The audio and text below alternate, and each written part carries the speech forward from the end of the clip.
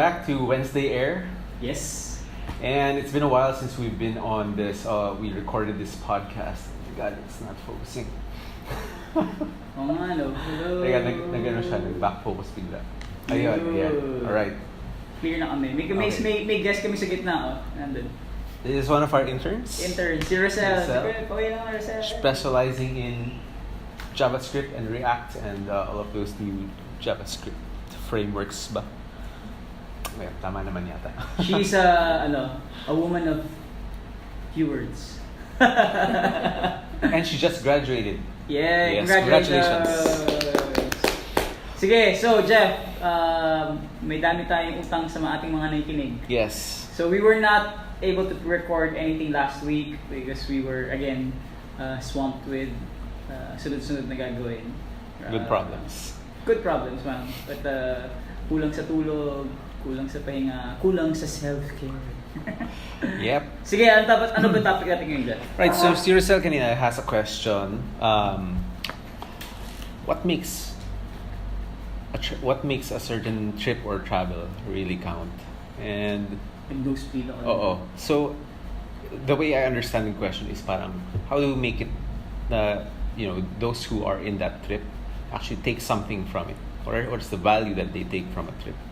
And I think that's also one of the things we always think about as much as we can when we take people on one of our road trips. What do you think? I think the Philippines. Lalim kasi nun eh. I think everyone has this own reason why they travel. I mean, they have we probably read so many articles about it. You've seen many people post about it na they travel because broken-hearted sila. They travel because they just want to de-stress. They travel because they just want to explore a new place. So it really depends on where you're coming from at that point in time and what you're going through. At least for us in organizing themed experiences and themed road trips and our idea of a book a surprise or mystery adventures, what we can be sure of is that it's always the take home that they always would have is, I guess I would always use the word, now I'm using the word transformative, because they have a better understanding of who they are. They have a better appreciation of people when they connect with them in the especially if you're going with strangers, hindi mo kalala kung sino. They have a better appreciation, I guess, of who they've met and they've encountered and had like a fun weekend together.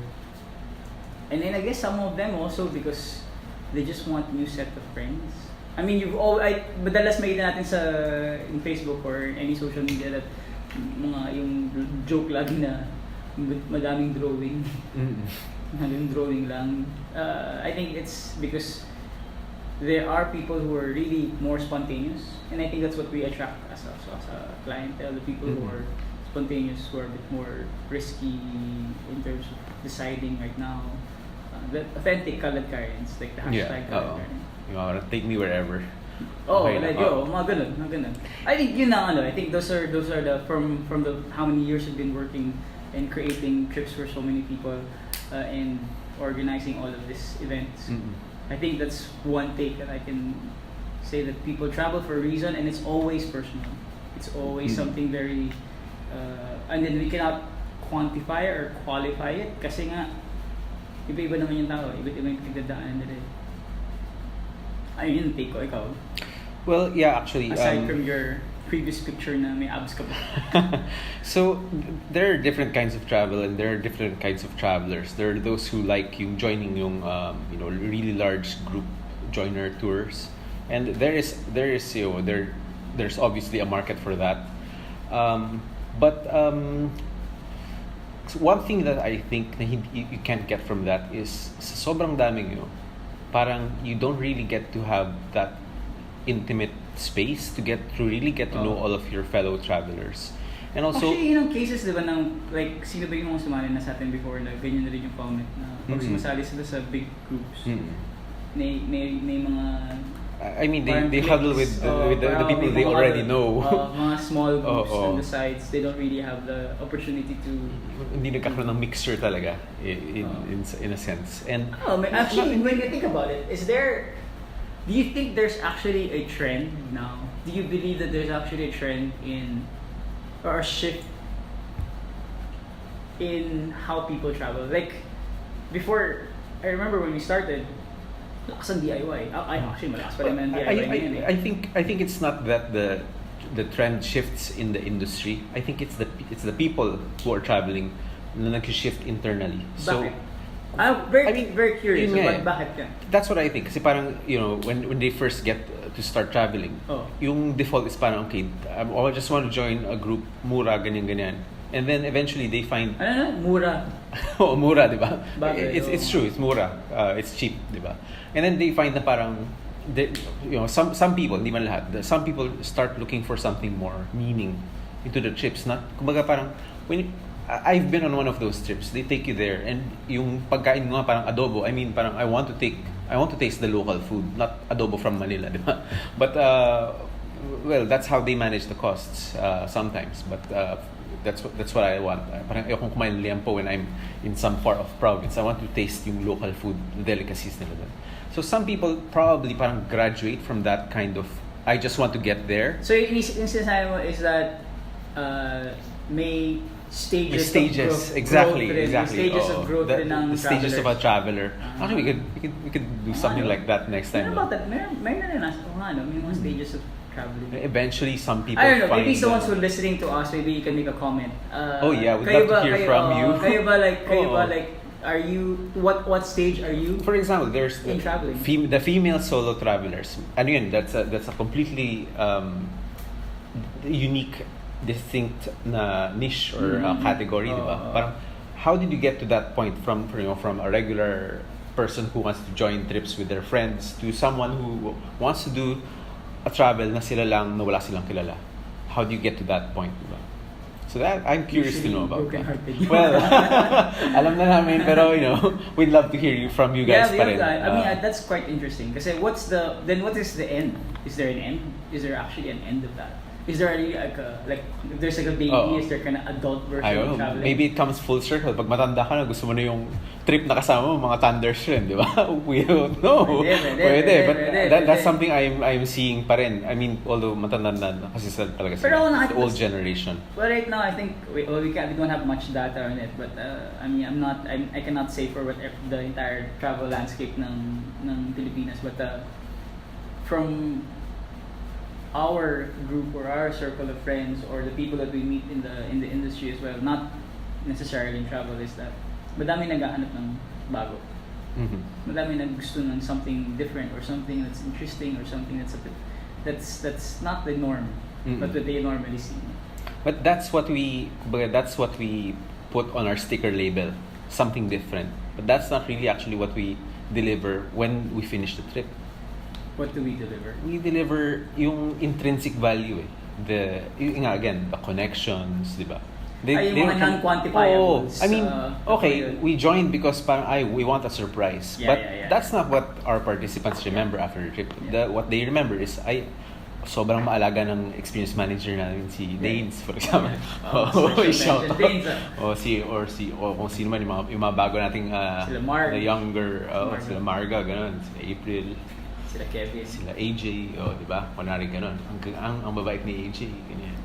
Or, na-meet ko yung bago kong BFF on that trip kasi talagang jive kami.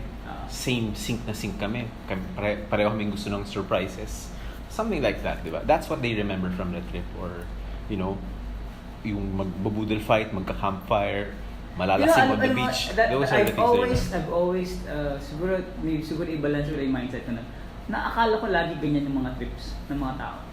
Oh no. Naakala ko ganyan lagi. Na ganyan na what we do is actually similar to what other people do.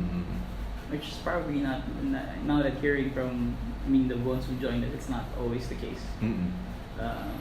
Okay.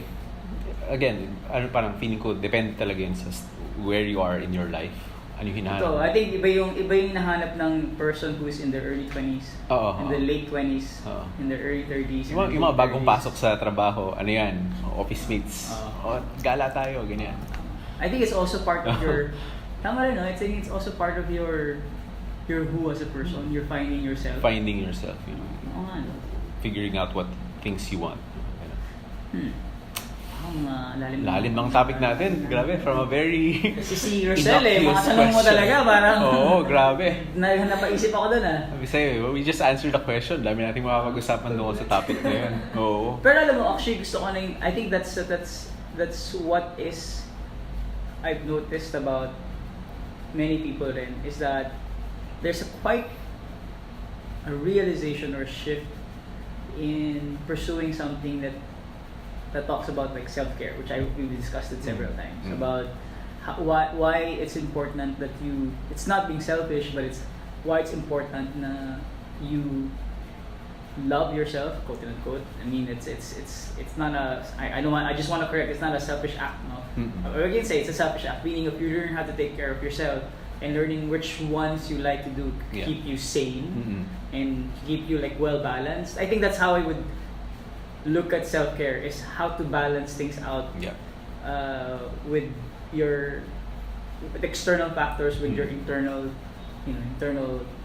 things that goes I think a lot of entrepreneurs would relate kasi there's a lot of entrepreneurs like me na has a day job and then Ikaw, ano ba yung self-care mo, Jeff? What would you do if you had the time today?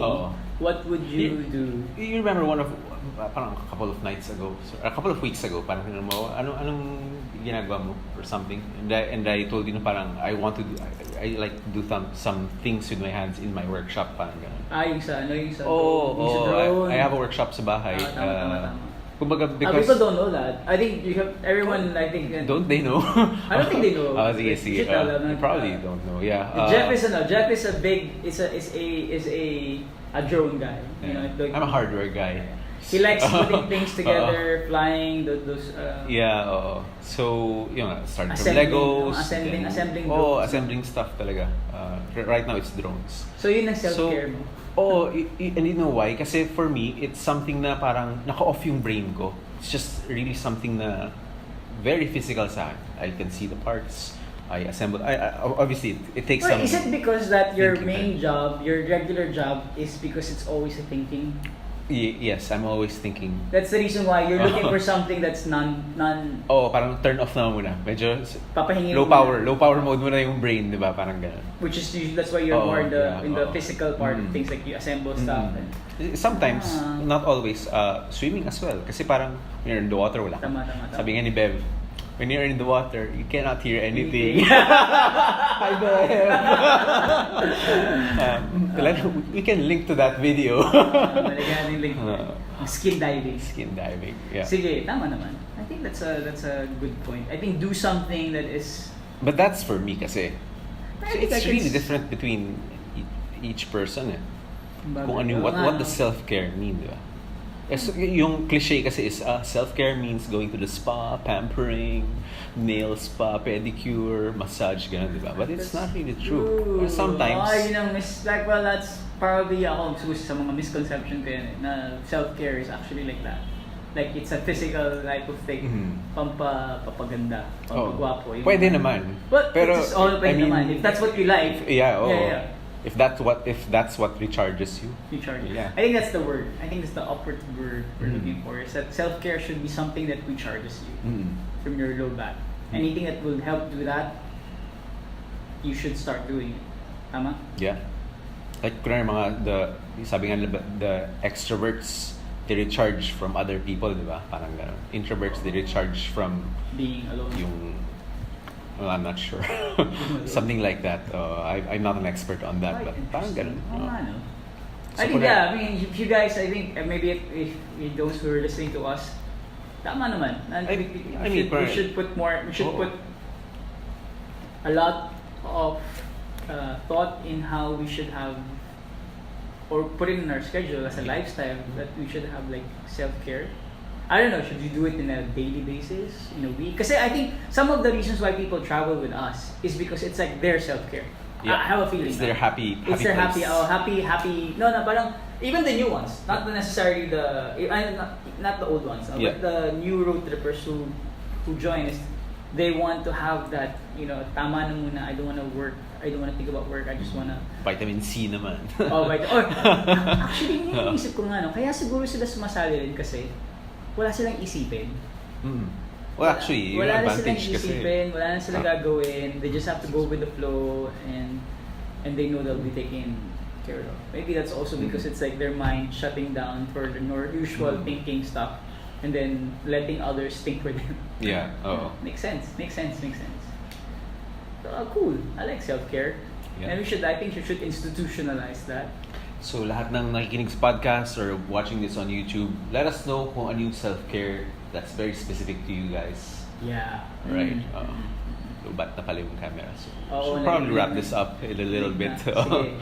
Anyway, so this week is going to be, we'd like to apologize for not being wala kaming podcast like this. We're like people who are very thankful for those who keep on asking about. We actually may, nakala mo naman sabihin sa'yo, may we have our female Grab drivers who actually follow us on podcast. Seriously? Yes. Talaga? In fact, we're going to be interviewing, actually I've lined up a couple of interviews for the coming weeks with people that we've met. Like we're doing a female podcast driver. Sila Ruel? Hindi sila. No, I mean, Sa female one, episode sila Golda, who I was with in the astrophotography. Her Yeah. job is actually, she's a female Grab driver. And then si Ruel of Washab. Yeah. Because we admire a lot how labada affects. Because we are the market for that. Labada. Naubusan ako ng laundry. Naubusan ako ng brief, ganyan. So, wala akong panahon maglaba, ganyan. So, let it all hang. I'm actually first. wearing shorts beneath this polo ko. I have a friend, actually we're gonna be talking about, I'll be meeting with them as well for skincare and travel. I think it's also important, we're now actually partnering with a skincare company who will help our road trippers have nice glowing skin after their travel. Pero seryoso, I think skincare also should be part of the lifestyle routine and a part of your self-care. And then, sino ba yung mga nakaset na? Sila Rachel. Yes, Rachel Airship. Airplus. Logistics. Yeah, that Logistics. one. So, that's another Airship. person we will have to interview. Alright. Yep. So we have a lot of lineup, and then I promise you guys will deliver that. We'll try to be more regular with our podcast as well. Lagi namin sinasabi yan, pero lagi namin nagkakamali. So thank you for everyone who's tuned in, and if this is your first time, you can find us on podcast, Anchor, You can find us at podcast. You can find us at Spotify. Sorry. You can find us on Spotify, Anchor, iTunes, on YouTube. Although mas delayed sa YouTube because we have to edit this video. Yep. Basta I would suggest everyone has Spotify anyway. Just listen to us on Spotify. Alright. Yep. Thank you very much for... Thank you, everyone. Wait, leave your comments. Rosel! Wala sila Camille, sorry, they walk the dog. Wala yung mga ibang Camille and si interns. Crystal, alright. By the way, so segue lang. We'd like to invite, if anyone's listening and friends who have, who are students, interns, we're inviting them to join the Batch 7 of internship program. So we're starting this May until December 2019. Alright. Yep. Alright. Okay, thank you, everyone. Maraming salamat. We will see you again next week. Next Wednesday. Promise. Right.